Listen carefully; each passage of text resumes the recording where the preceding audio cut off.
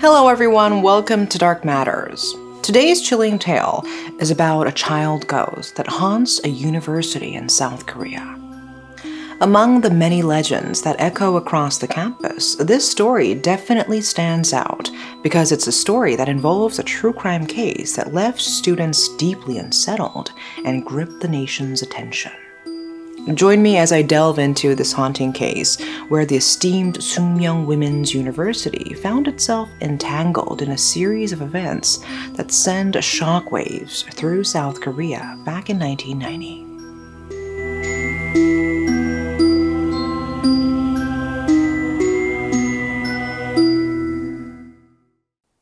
Sookmyung Women's University, located in Cheongpa-dong, Yongsan-gu, Seoul, South Korea, is the first national women's educational institution established by the Korean Empire's royal family in 1906.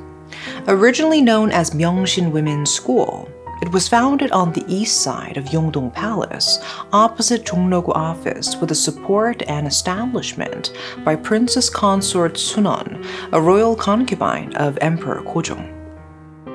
Many universities have a long and storied histories, often dating back centuries. With such a rich history, it's not uncommon for various events, tragedies, and legends to accumulate over time, giving rise to ghost stories.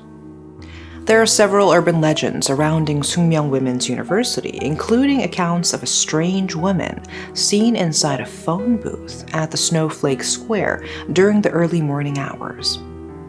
Witnesses described her presence as eerie, with her head facing inward while her body faces outward, giving the impression that her head has turned 180 degrees.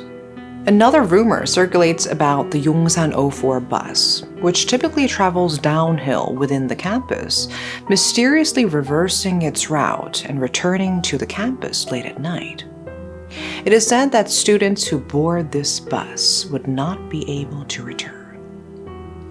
But among the numerous rumors and legends circulating around the campus, the most talked about story is based on a true crime incident that deeply unsettled the students at that time.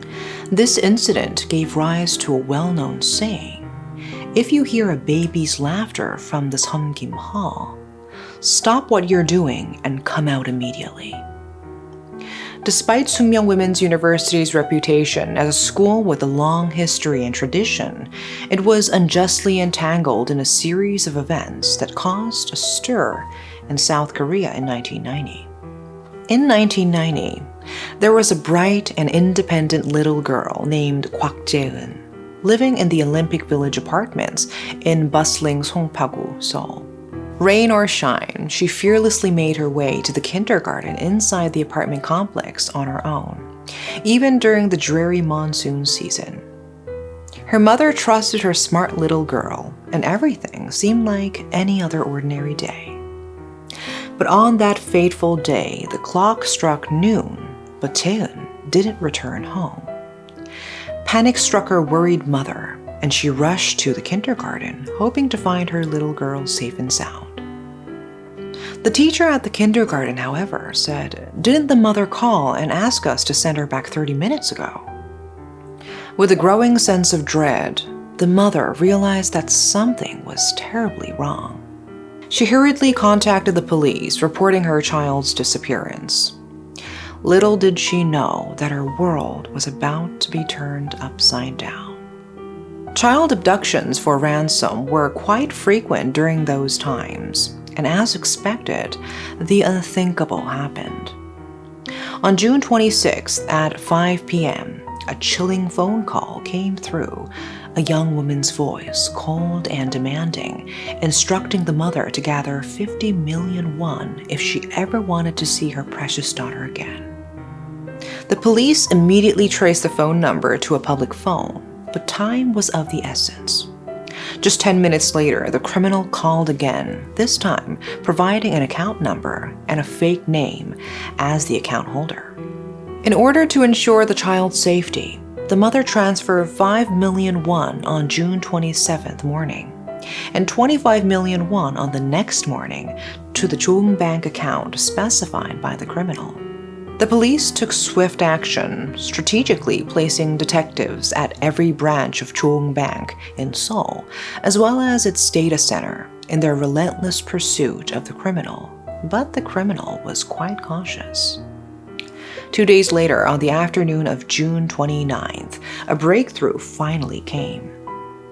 The criminal was caught on surveillance footage withdrawing 300,000 won. But to everyone's surprise, it was not at the Choong Bank where the detectives were stationed. Instead, it happened at an ATM in the main branch of Kookmin Bank. A state of emergency was declared, and it seemed that the criminal's sense of vigilance had momentarily waned.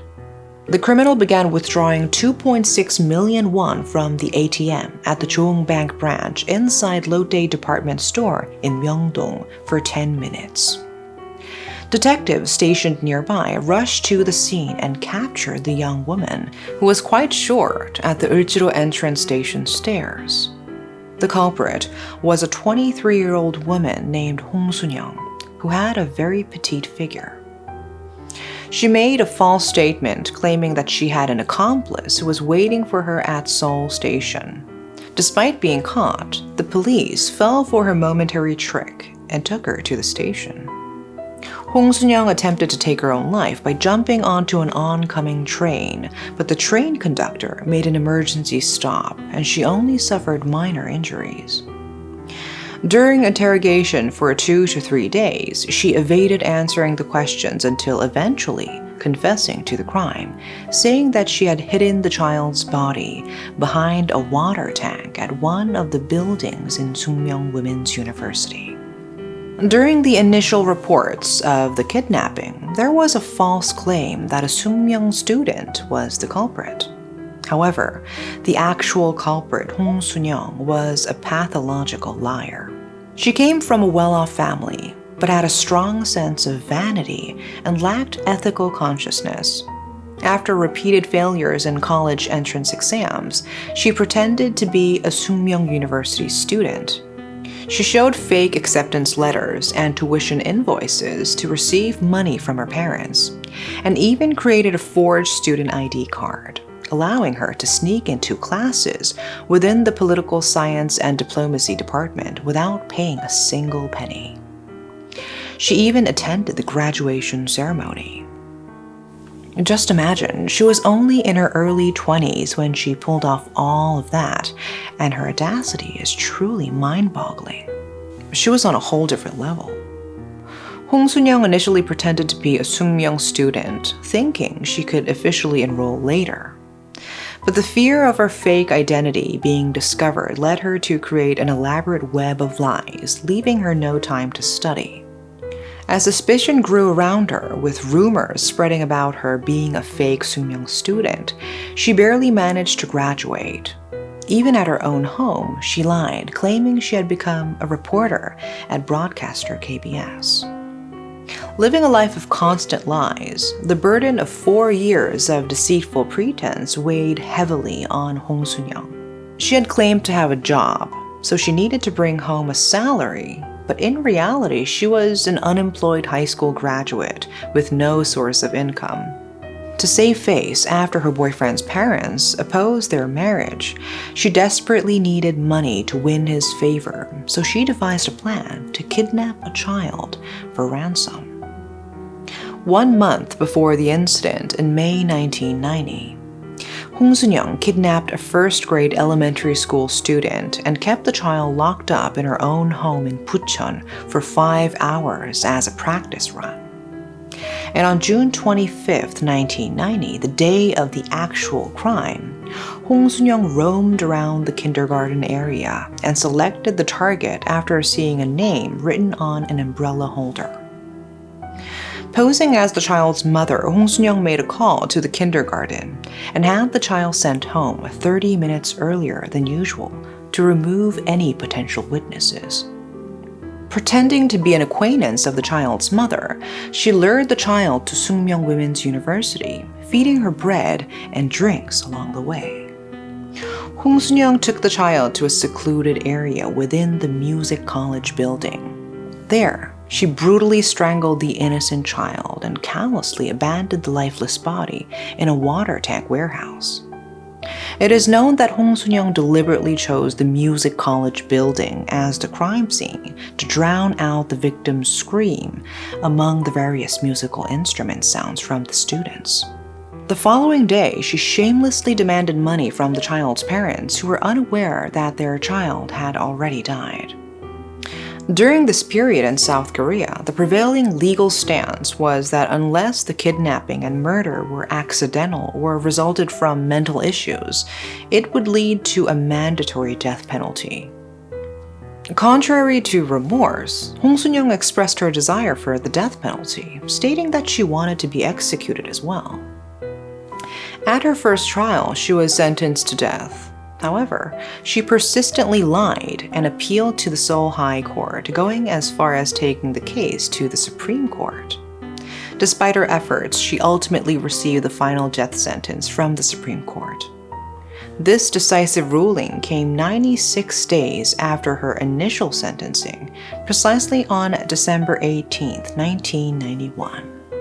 And just half a year after committing the crime, she was executed alongside 8 other death row inmates. On her execution day, Hong refused to speak when asked if she had any last words to leave behind. While the priest conducted the Catholic ritual, she continued to weep until the moment of her execution. And it was only during the last rites that she reluctantly said, "I ask for forgiveness from the victim's family. I have committed a great sin against my parents." Hong Soon-young shamelessly manipulated her petite image to elicit sympathy. While reenacting the crime, she deliberately closed her eyes and feigned weakness, even stumbling. It is distressing to consider that the innocent child who lost her life due to the greed of this heartless woman likely endured unimaginable fear and suffering until her very last moment. The mere existence of a fake student for 4 years is enough to astonish Sookmyung Women's University. The fact that this individual went on to kidnap, kill, and abandon a child on campus makes it an incredibly shocking episode that continues to be a topic of discussion among Sookmyung University students and graduates. After this disturbing incident, rumors of a ghost of the child haunting the music college building at Sookmyung have also circulated, further adding to the unsettling atmosphere surrounding the university. People have claimed to witness the ghost of a child haunting the music college building, the very place where the victim was tragically killed and abandoned. Reports have surfaced of security guards on patrol hearing the haunting cries of a child.